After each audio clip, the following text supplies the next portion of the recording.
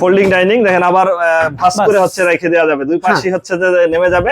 মনে হবে যে একটা কফি টেবিল বা হচ্ছে যে ল্যাপটপ ব্যবহার করতে পারবে, তাই তো? এই যে এখন হচ্ছে চেয়ার দিয়ে কিন্তু একজন বসতে পারবে। হ্যাঁ, মানে একের ভিতরে দুই তিন। ভাই আমাদের কাছে ল্যাপটপ টেবিল আছে। ল্যাপটপ টেবিলও আছে? হ্যাঁ, ল্যাপটপ টেবিল আছে। আপনি যদি চান ল্যাপটপ টেবিল আমরা দেখাইতে পারি। ল্যাপটপ টেবিলটা আমরা একটু দেখি, অনেকেই খোঁজে যে ভাই ল্যাপটপ টেবিল কোথায় পাবো। হ্যাঁ, ল্যাপটপ টেবিল অনেকে চায়।